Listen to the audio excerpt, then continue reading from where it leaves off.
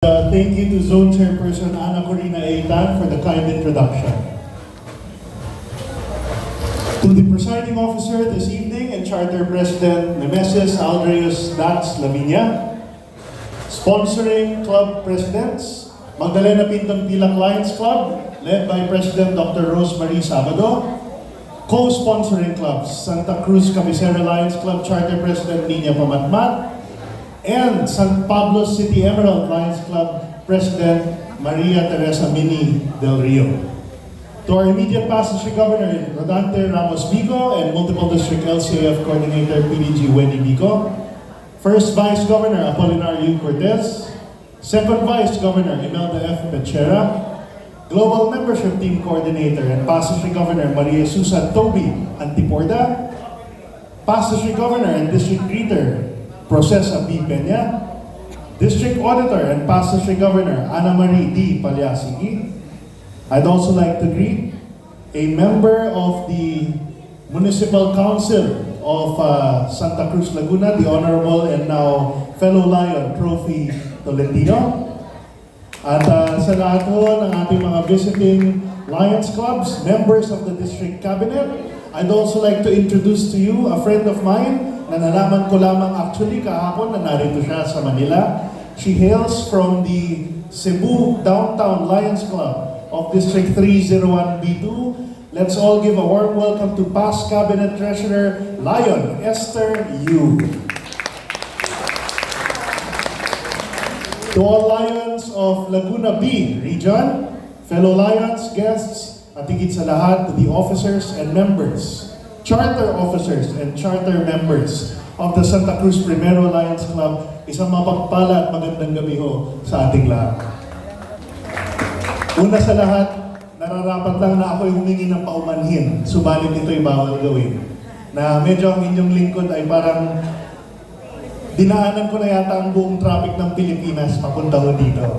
At di ko naman inasahan na ganito palang Sabado ang labasan ng lahat mula Pampanga hanggang Santa Cruz. Gayunpaman, I am very happy to be here and catch on to the program of the charter presentation and induction ceremonies of the second Lions Club to be created this year, the Santa Cruz Primero Lions Club. If I may share with you all, parang bang akong nahirapan sa proseso ng pagtayo ng mga Lions Club sa taon na ito, sa totoo lang. At hindi ko rin inasahan at marahil dahil din bago ang ating Lion Portal. Simula nang ma-implement ito April of 2024, medyo naging kakaiba ang marami sa mga sistema po natin. Magmula sa pag-add ng member, pag-report ng project, at kagaya nito yung proseso ng new clubs. At siguro, dahil din tayo ay may learning curve, hindi rin natin inaasahan na tatagal. Hindi lamang sa new club chartering, kundi pati na rin sa mga club reactivation ng mga na-cancel ng clubs. But, I am pleased to report to you that as of 2 days ago, Lions International Headquarters sent us an email wherein they already approved the reactivation of 2 clubs that were canceled earlier this year. First, the Camarines Norte Lions Club, led by President Henry Belardo. All 23 members are now back with us. And the GMA Cavite Riders 104 Lions Club, led by President Willie Balesa. All 20 members are now back with us. In terms of reactivation, we are now working on and communicating with, through the efforts of our Global Membership Team Coordinator Gob Toby, Global Extension Coordinator Gob Weni, to work with the Lubang 104 Lions Club. We are talking with Zone Chairperson and Mayor Michael Lim Orayani, as well as the Calambahos Lions Club, who has communicated their intent to reactivate as well. We all appreciate Lions who want to ensure that they maintain their membership with our organization. Siguro, kung ating pagbabalik na rin ang sitwasyon ng mga Lions clubs na medyo nagka-problema lamang sa kanilang payments and reporting this year, ay ang ating galak at tuwa na tayo ngayon ay nadagdagan at sinamahan ng mga panibagong mga muka at mga kasapi dito sa ating malaking pamilya ng District 301A2. Pagpasok ko sa bulwagang ito at habang inaalaska tayo ng ating special assistant, una ko namang natanaw, hindi ho ba, fellow Lions, nakatutuwa ang mga charter members ng Santa Cruz Primero Lions Club, mga young ones. Kayo na hong bahala kung ano ang spelling ng ones. Pero tunay po yan. Did you know that in District 301A2, the median age of our Lion members right now is 48? Hindi ho, para bang fun fact lang yan. But sa madaling salita, medyo nasa late 40s onwards ang age ng ating mga fellow Lions. Which is why the task now is to ensure that when we recruit newer Lions, yung ating mga bagong miyembro na yan ay mga Lions na pang-matagalan. At ang mga Lions na pang-matagalan ay yung mga kabilang na riyan, ang mga nagsisimula sa kanilang career, nagsisimula sa kanilang buhay, pamilya, pakikipagsapalaran sa negosyo o di man kaya profesyon at politika. Iyon na po ang ating mga miyembro na ini-welcome ngayong gabi. Ang Santa Cruz Primero Lions Club ay sa totoo lang ang ikatlong Lions Club sa bayan na ito. Noong 1980s, nagkaroon po tayo ng isang naunang Santa Cruz Laguna Lions Club. Yun nga pong nakapagpatayo ng counting marker sa harap ng arko pagpasok galing ng pila. At nang itayo naman last April 2024, ang Santa Cruz Cabecera Lions Club, na kanina naman na-improve ang marker na yan at para bang may chismis next April 4, may i-unveil yata tayo sa plaza. Hindi ho ba? Naging buhay muli ang Lions dito. At para bang napakagandang panaginip. At wala pa man isang taon, buwan nga kung ibilang, may nagpresentang isang grupo na naman. Kayo na po yan, ang Santa Cruz Primero Lions Club. Lions International is the world's largest service club organization. We have been at work serving our underprivileged and less fortunate here in the Philippines since 1949 because we are the only organization that is dedicated to service. Service and service alone is the paramount consideration for why we are Lions. Nowhere else in the world will you see an organization that brings together people from different backgrounds, beliefs, religions, and cultures under a single banner, united under the bonds of friendship, and that is Lions International. Only in Lions International will you be able to have the opportunity to be part of something bigger than yourselves. Lagi ko pong sinasabi, likas naman sa ating mga Pilipino ang maging matulungin. Pero kapag pagbubuklurin ang pagiging matulungin na ito, napakaganda ang bunga at tayo'y nagtatagpo dito sa Lions upang ihatid ang napakagandang serbisyo publiko. Lion members come from all walks of life. There is no discrimination. Kapag gusto lang natin makapaglingkod, gusto lang natin makipagkapwa-tao, at higit sa lahat, kapag nariyan naman ang puso para sa mga kapuspalad at nangangailangan nating kababayan, naniniwala ako, kayo ay Lion na pangmatagalan. Dito sa lalawigan ng Laguna, labis po ang ating tuwa. Dahil para hubang dito natin nakikita ang pinakamabilis na paglaki ng ating samahan. Mula nung panahon ng ating immediate past si Governor Dante Vico hanggang sa panahon natin ngayon, para po tayo nagkakaroon ng isang, ano bang tawag doon? Pagsibol, pagyabong, at napakagandang paglaki ng ating samahan, lalo na sa tinatawag na natin ngayon Laguna B region na may sakop sa 3rd and 4th District. Sa ating 3rd District, kung saan naman ang ating First Vice Governor at ang ating mga kasamahan mula sa San Pablo, Nagcarlan at iba pa, ay napakarami namang club na rin doon na matatagal na. Subalit, kung ating titignan ang primary sponsor ng club na ito na Magdalena Pintong Pilak ay kulang-kulang ay 14 years old pa lamang. Ang ating itinayong Cabecera Lions Club, mag-iisang taon pa lamang. At syempre, narito ngayon ang Primero Lions Club na kapapanganak pa lamang. Katuwang namin kayo sa paglaganap at paglawak ng ating samahan dito.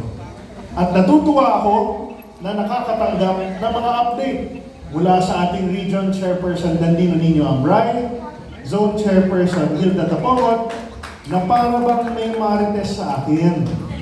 Bago raw umabot ang June 30, 3 club daw Toby ang nag-aabang sa atin dito, Vice Paul.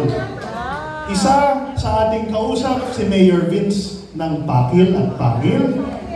Isa sa bayan ng Pagsanan, kausap sila Mayor Lion Cesar Aresa, at isa daw din sa bayan ng Fami.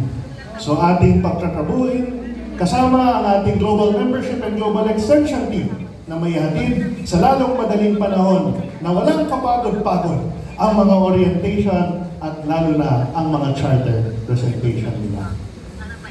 Naniniwala po ang ating administrasyon na kapag localize ang ating paglawak o pag-expand, ay localize din ang ating pag-aksyon sa pangangailangan ng mga taong bayan.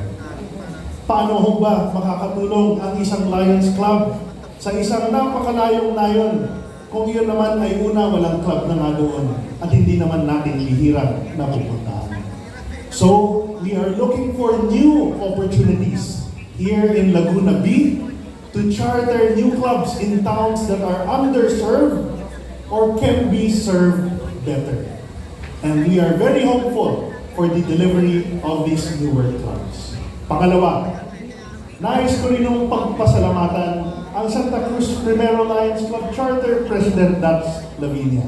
Sapagkat aking naman nahagip nung ako'y naglakad papasok na parang nasabi yata ng ating past international director na kahit siya ay kakaindak lamang gabi na ito. And possibly, for the first time in history, well, in my term, and baka sa ating multiple district, akalain nyo, kakalayans lang, mag-Melvin Jones Fellow na.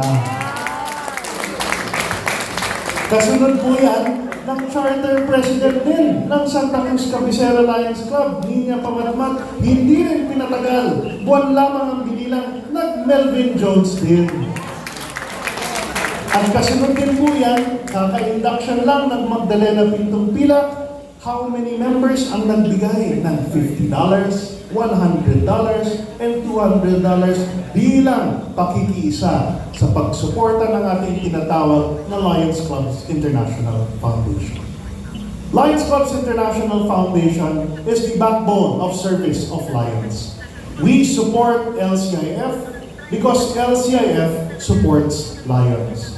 Sa oras ng sakuna, sa mga pangangailangan na programang pangmalawak, ang LCIF ay nariyan para sa atin. Kung kaya't ganun na lamang rin tayo sumusuporta.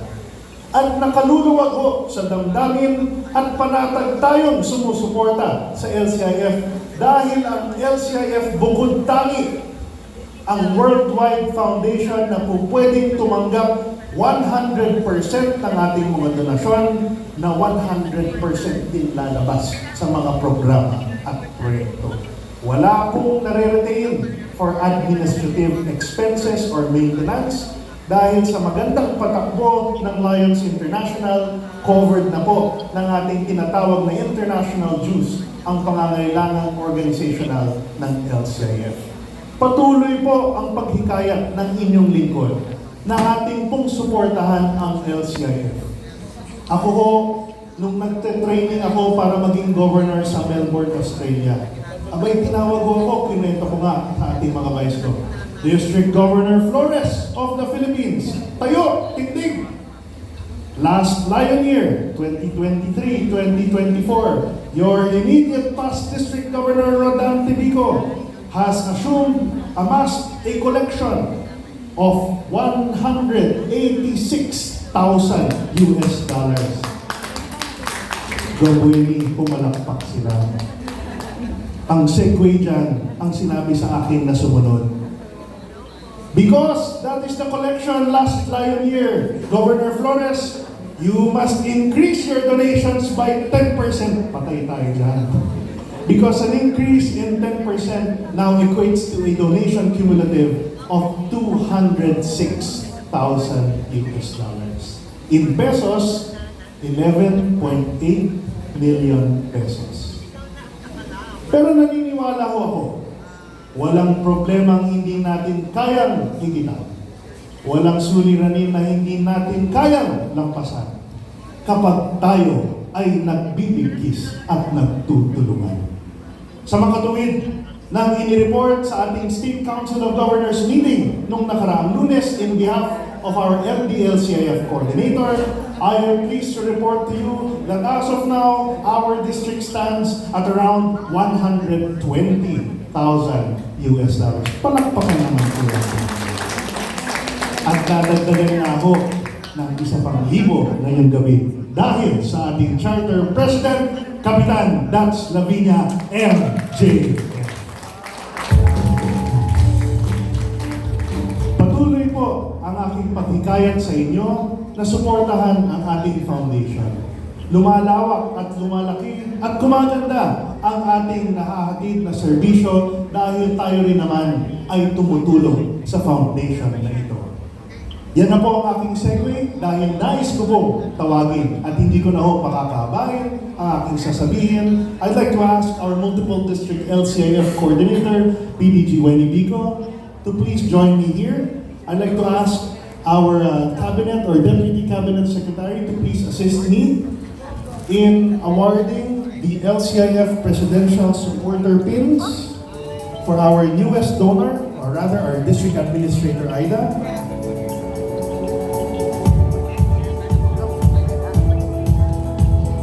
So, District Admin Aida, ilabas po natin sa mahiwagang bag, isang pin pong bronze, isang pin na silver, at isang pin na gold, which equates to a donation of $50, $100, and $200 in partial fulfillment of his recognition as a future Melvin Jones Fellow. Let us welcome Charter President Nemesis Aldreus D. Lavinia MJF.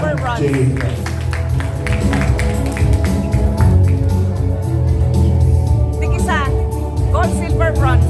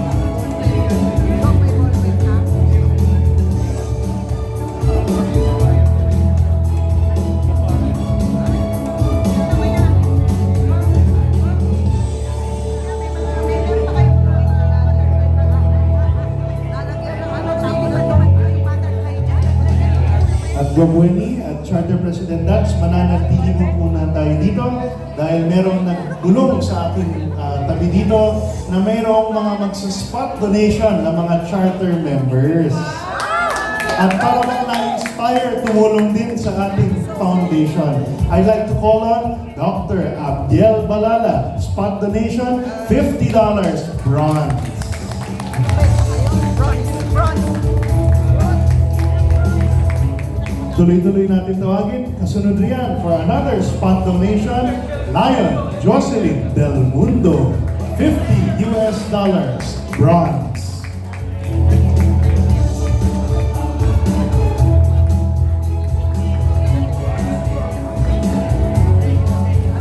Susunod po riyan, Lion Maymarie Alcobar, spot donation, $50, bronze.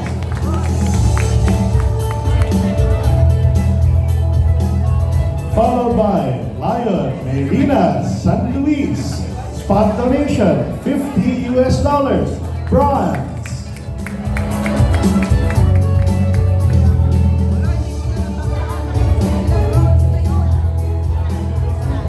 Sunod po riyan, the Honorable Councilor Lion Trophy Tolentino, spot donation, $50, bronze.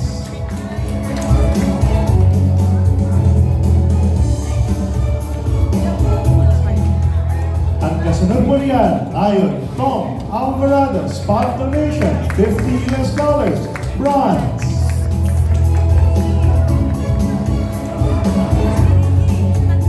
I'd like to invite our first Vice Governor Paul Cortez, second Vice Governor Imelda F. Pechera to join me for a photo opportunity with our Charter President Melvin Jones Fellow and spot donors for $50 each.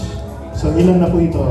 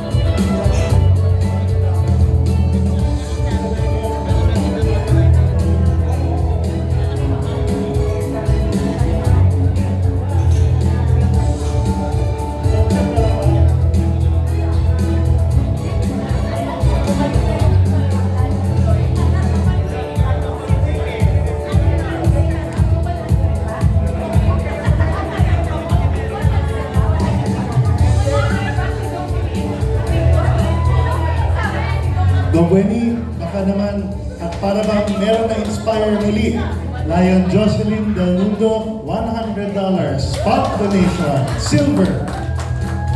A total of $150,000, $150.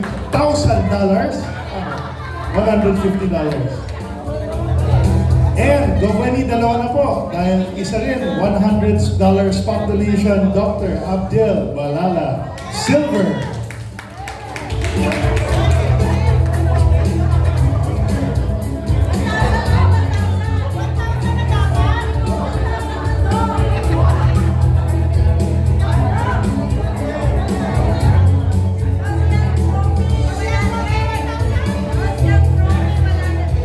Another one, silver spot donation, Lion Mayrina San Luis, silver.